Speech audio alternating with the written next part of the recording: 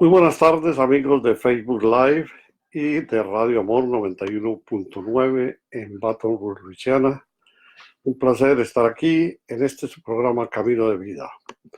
Hoy día lunes, comenzando una nueva semana, queremos participarles a ustedes sobre la famosa Radiotón de Radio Amor. Se celebrará los días 4, 5 y 6 de marzo y esperamos que muchos de ustedes que son asiduos oyentes de Radio Amor nos acompañen en este evento que tiene como objetivo recoger donativos para que el funcionamiento de la estación de radio pueda ser posible. Esperamos su apoyo y confiamos en que ustedes nos lo brinden a partir del momento. Jesús da fortaleza y defiende a quien a él se acerca, dice la Biblia, dice el Salmo 18. Por el resplandor de su presencia, sus nubes pasaron, granizo y carbones ardientes. Tronó en los cielos Jehová y el Altísimo dio su voz. Granizo y carbones de fuego, envió sus saetas y los dispersó. Lanzó relámpagos y los destruyó. Entonces aparecieron los abismos de las aguas y quedaron al descubierto los cimientos del mundo. Y tu reprensión, oh Jehová, por el soplo del aliento de tu nariz. Envió desde lo alto, me tomó, me sacó de las muchas aguas, me libró de mi poderoso enemigo y de los que me aborrecían, pues eran más fuertes que yo. Y me asaltaron en el día de mi quebranto, mas Jehová fue mi apoyo. Me sacó del lugar espacioso, me libró, porque se agradó de mí. Jehová me ha premiado conforme a mi justicia, conforme a la limpieza de mis manos me ha recompensado, porque yo he guardado los caminos de Jehová y no me aparté impíamente de mi Dios. Seguramente que muchos estaremos reflexionando sobre cómo estos versos escritos por David, quien dentro de su vida tuvo situaciones de conflicto en referencia a las muchas veces que quebrantó los mandamientos divinos, y posiblemente tanto o más o menos como nosotros lo hacemos a diario. El punto es que Dios, Jehová, el creador del universo, el dueño y señor, le dio a él la posibilidad de regeneración y fue uno de sus predilectos. Sus versos, que emanan la más pura expresión del ser humano, nos dejan ver cómo es posible, a raíz de este dictado del Señor, poder nosotros conciliar tanta belleza en esas palabras. Escribimos, ¿cuántas veces hemos dado respuesta a nuestra propia conciencia de lo que hacemos y creemos que estamos obrando bien simplemente porque damos como causa cierta que lo hecho es muestra de nuestra capacidad propia y por lo tanto ha sido perfecto? ¿Y cuánto nos cuesta? ¿Cuándo nos cuesta aceptar que la crítica venga aún de nuestra propia acción personal? Entonces nos sentimos con el derecho de hacer a nuestro gusto y de continuar en el accionar que nos lleva a enorgullecernos y liberarnos y llenarnos de razones, para disimular que interiormente hemos aceptado que algo hemos hecho mal. Es la forma en que creemos que podemos pasar por alto el derecho de Dios, el cual tiene sobre nuestra vida, y de disimular que estamos reconociendo que obramos mal, pero nos sostenemos ante la perversión de sentirnos suficientes y para nada vamos a dejar que la palabra y persona de Dios tenga mayor derecho en nuestro propio interior. Pero todo ello es para demostrarle al mundo exterior que somos capaces de rechazar a Dios. Somos entonces, entendamos que estamos hablando contra lo que perversamente obramos como seres humanos. Y por eso tenemos que muchas veces enfatizar de que solo nosotros no podemos rechazar al Señor, y podemos rechazar lo que su palabra diga o ordene a nuestra vida, a nuestro cuerpo, a nuestra mente, a nuestra alma, porque Dios es soberano, Señor, y su mandato es sobre todas las criaturas del universo, incluyendo a nuestro propio yo, del que nos ufanamos tanto, del que queremos valernos como única razón por la cual actuamos y hacemos las cosas. Contemos con que Dios en su Hijo nos dio a quien podemos confiar, confesar y recibir de su palabra, para que todos y cada uno de nosotros podamos salir adelante y que todas nuestras dudas puedan ser satisfechas por Él. Que podamos descender y de rodillas pedir al Señor que nos perdone de tantas faltas que nos hemos acumulado y que hemos almacenado y que hemos obrado durante nuestra vida a partir del momento en que nacimos y de la cual estamos permanentemente osando contra el Señor. Solos estamos sin Dios y peor si Él no nos hubiese dado la gracia de permitir el sacrificio de su Hijo Santo, porque en nuestra limitada capacidad mortal estamos lejos de la gracia omnipotente de Dios, que en su perfección nos hace estar lejos de Él, porque nada que no sea perfecto puede llegar a Él, y menos que su divinidad y su voluntad nos acompañe si no estamos señalados para recibir de su bondad, y si Él no nos hace aptos para poder llegar ante Jesús y a Él entregar todo lo que necesitamos, todo lo que somos, en la misma forma como Dios conoce, pero que solos sabemos que debemos enfrentar. El amor sagrado de Dios para su creación no nos inhibe de pensar la forma como Él nos ha señalado y dado de su gracia infinita, para que de ella tomemos y de ella nos valgamos para corregir el rumbo errado de nuestra vida. Y en Él descansemos hoy en la tierra y mañana cuando estemos ante su presencia santa.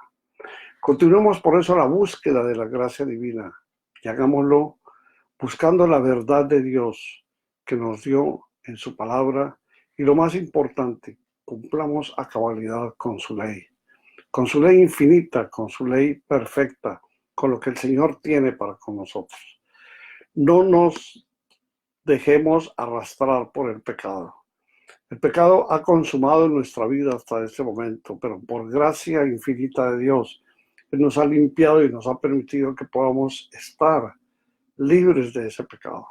Pidámosle al Señor que se una a nosotros, que no nos deje ni un solo minuto, porque sin el Señor estaremos absolutamente perdidos y estaremos quejándonos de toda la maldad que hemos almacenado y de todo lo que hemos acumulado.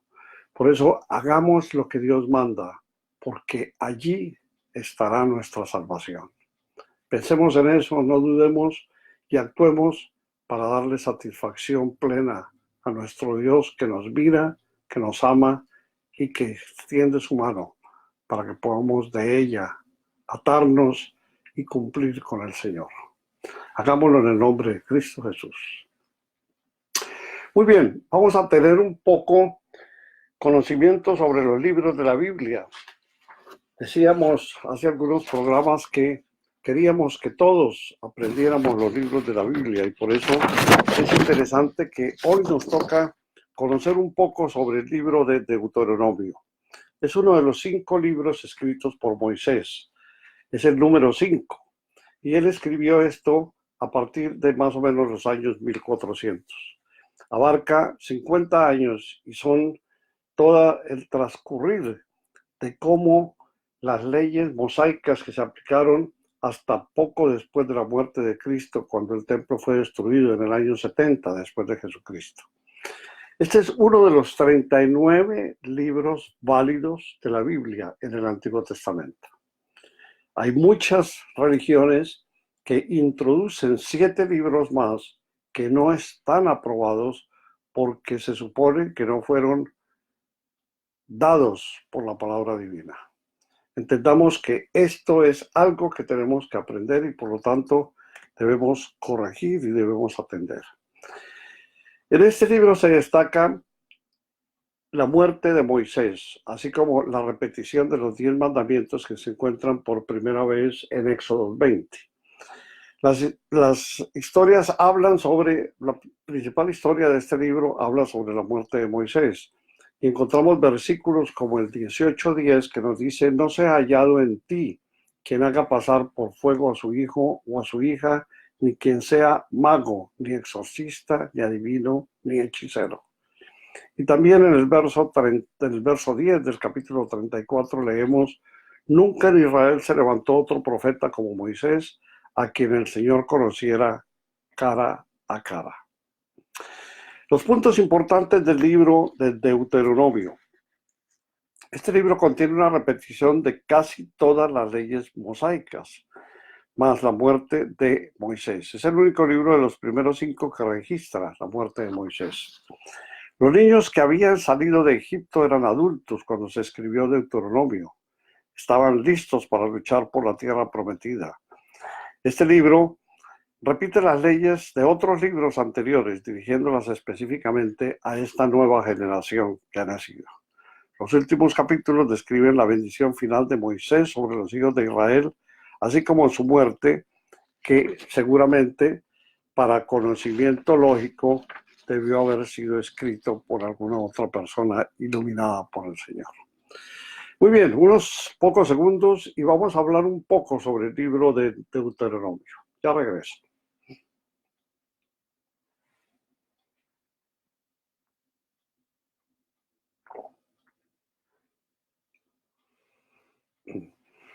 Bien, llegando a este punto del libro de Deuteronomio, debemos recordarle que este es el último libro del Pentateuco. Ya hablamos de que los primeros 5 libros de la Biblia fueron escritos por Moisés y constituyen este volumen llamado el Pentateuco.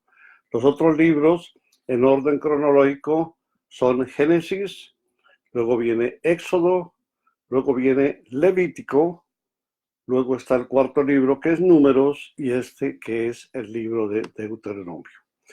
La palabra deutero significa 2 o segundo, y nomión es la ley.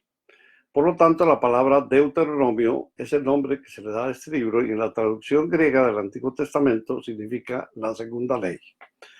No hemos de inferir que fue una repetición de la ley, como fue dada a Moisés en el monte Sinaí. Esta fue más que una recapitulación. Fue otro ejemplo de la ley de repetición y de recurrencia que ya hemos visto anteriormente en las Sagradas Escrituras. El Espíritu de Dios tiene su método de decir algo en forma de bosquejo o plan general, y luego vuelve al mismo y pone énfasis sobre una porción concreta de lo que se ha dicho.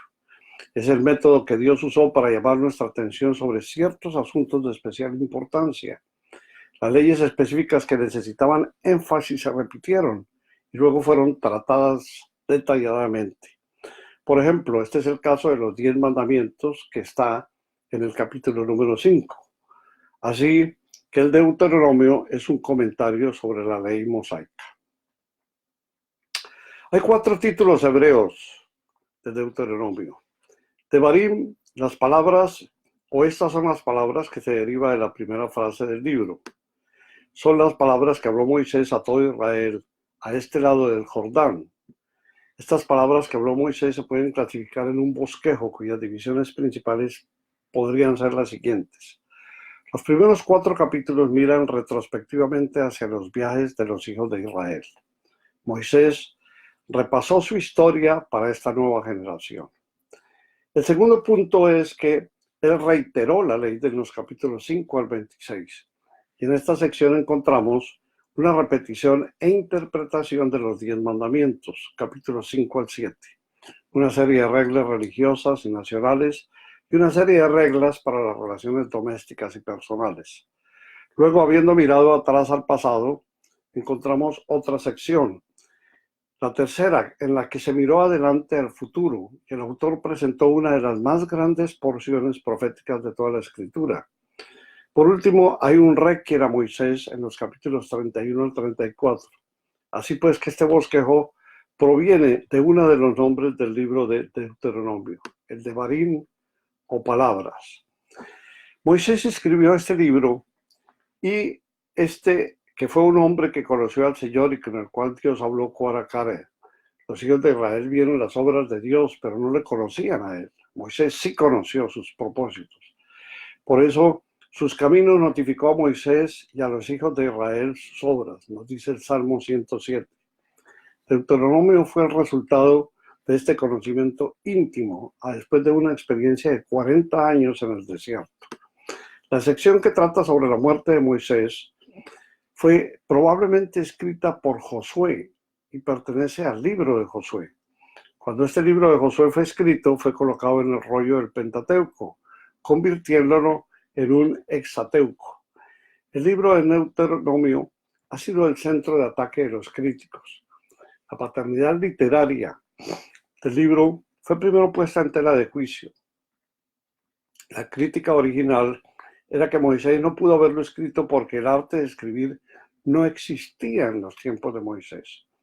Aquella crítica fue refutada posteriormente en forma absoluta, ya que hoy se sabe que la escritura existió desde mucho antes que la época de Moisés.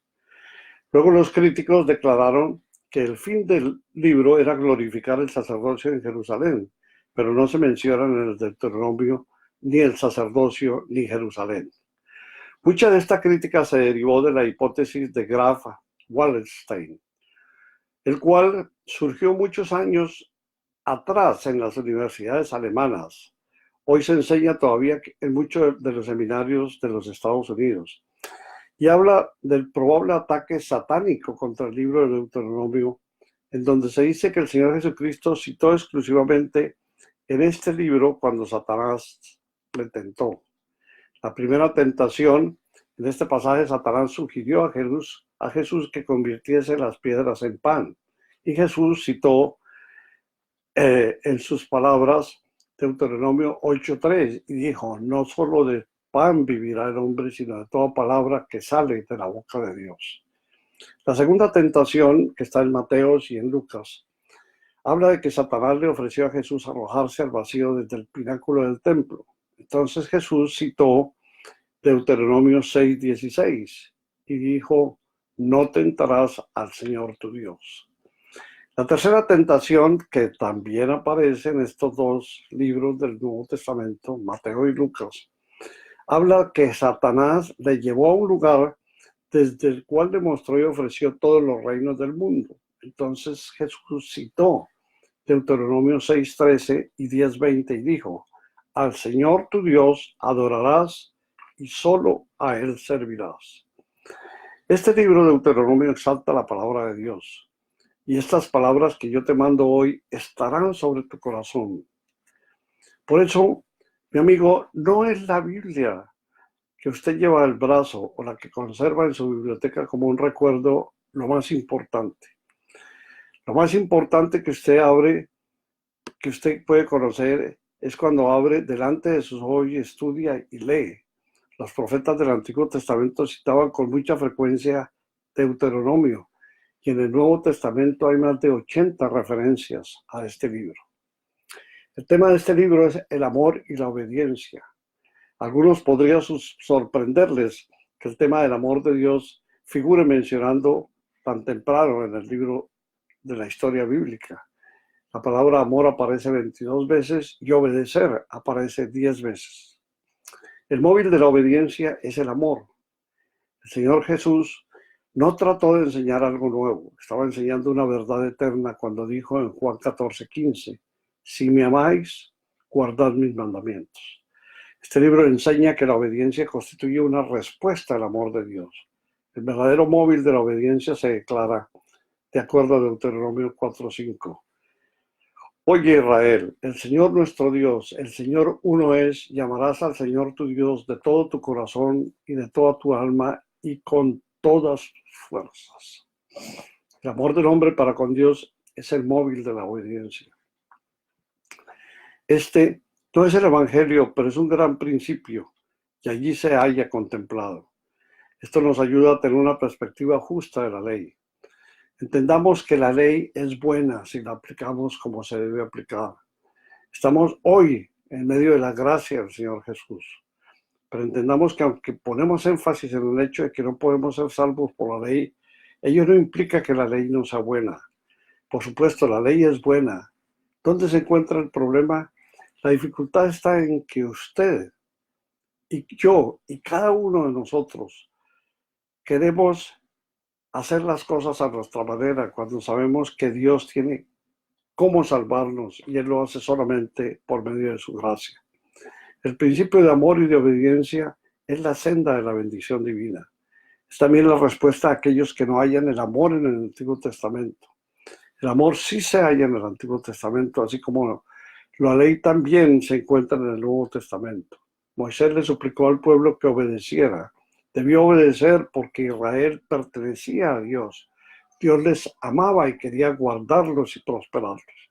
Debían manifestar a Dios su agradecimiento. Dios nos ha dado leyes porque nos ama.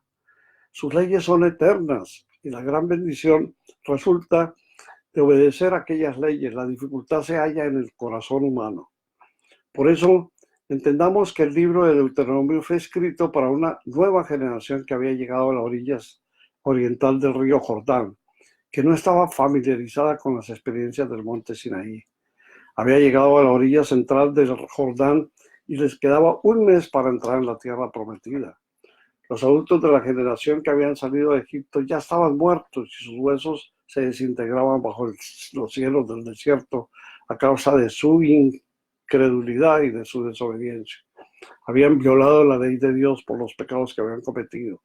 Habían demostrado su falta de fe en Dios, lo cual abarcaba sus pecados por omisión, es decir, aquellas cosas que debían haber hecho y no hicieron, porque entendamos que la incredulidad es pecado.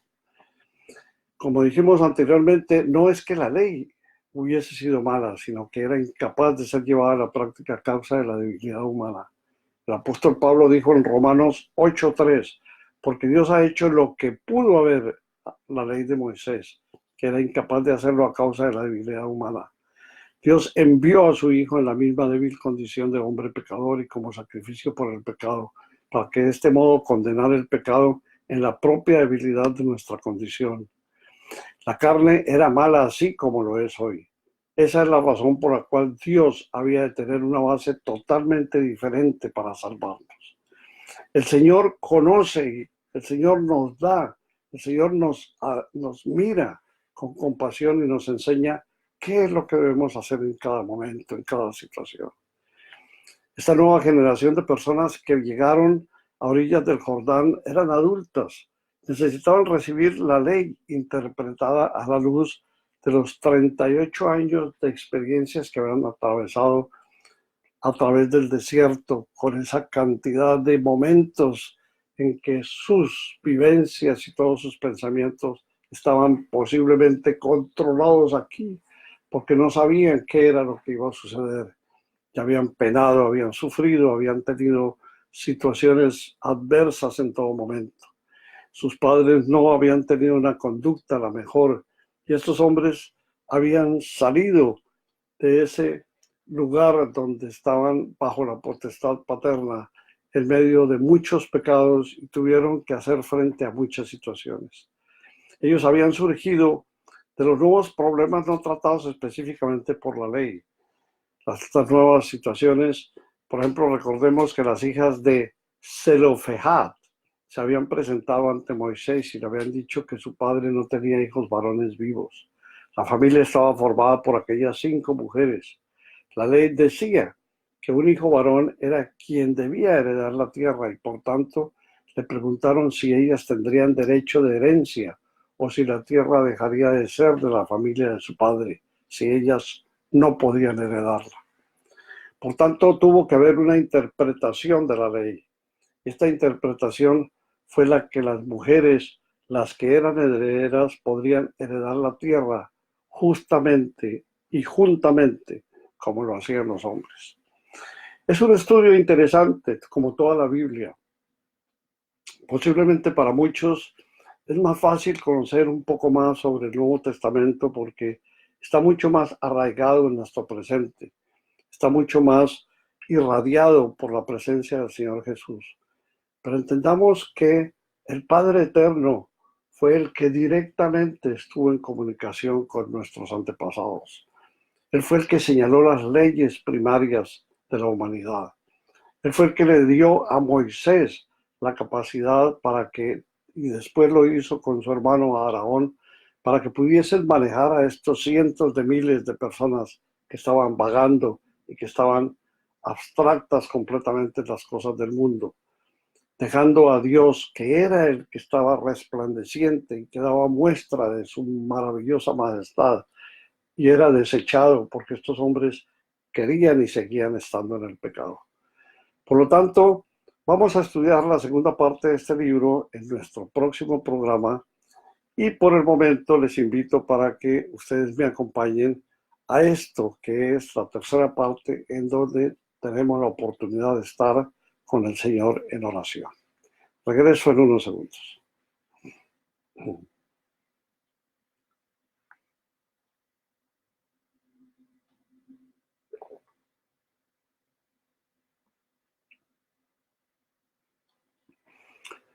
Mis amigos, vamos a hablarle al Señor, vamos a decirle, Padre de bondad y gracia eterna, solo en ti podemos recibir algo más de lo que nos has dado siempre, porque tu fidelidad es y ha sido siempre igual, sin falla, y has satisfecho cada necesidad de nuestro cuerpo mortal. Tú has sido la fuente de energía, de vigor y de entrega para nuestro trabajo diario. Nos has socorrido con amor y con paciencia, aguantando tanto improperio, tanta iniquidad, tanto pecado de nuestra parte. Nos has asistido en cada falla en que hemos incurrido. Y nada nos has pedido a cambio, Señor, porque nada podemos darte. Necesitamos de tu inmensa misericordia para poder actuar y realizar cada una de tus ordenanzas, sabiendo que en ello estaremos siempre fieles a tu palabra de sanación y reflexión, esperando que Jesús nos ayude a llegar a tu presencia eterna. Oramos, Señor, en el nombre de Cristo Jesús, tu Hijo Salvador. Amén. Amigos y hermanos, gracias por tu atención, por tu sintonía. Nuestra oración para todos y para ti una bendición muy especial. Que Jesús viva en tu vida y sea el Señor y guíe en cada paso que des buscando su camino. Que Él te permita ver y conocer de su majestad soberana. Entrega tu vida a Jesús y encontrarás la verdad revelada. En Él hallarás sabiduría y perfecta armonía contigo mismo, con tus seres queridos, con tus semejantes y con tus hermanos en Cristo Jesús. Acércate y reconcíliate en el amor de Jesucristo. Él es tu Salvador eterno. Si tienes preguntas y comentarios, por favor utiliza caminodevida@gmail.com o puedes hacerlo directamente a mi teléfono 225-205-2421. Deseamos que tengas paz, alegría, tranquilidad, dicha, felicidad, paciencia y amor en el nombre de Cristo Jesús. Que tengas buenas tardes, un feliz día mañana para quienes nos escuchen y un comienzo de semana lleno de aventura y de felicidad. Dios los acompañe. Buenas tardes. Muchas gracias.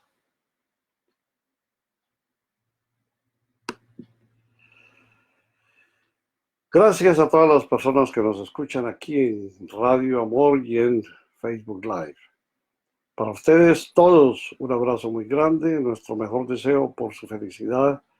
Esperamos que las palabras del Señor lleguen a su corazón y que puedan hacer la obra que el Señor quiere para cada uno. Dios los bendiga.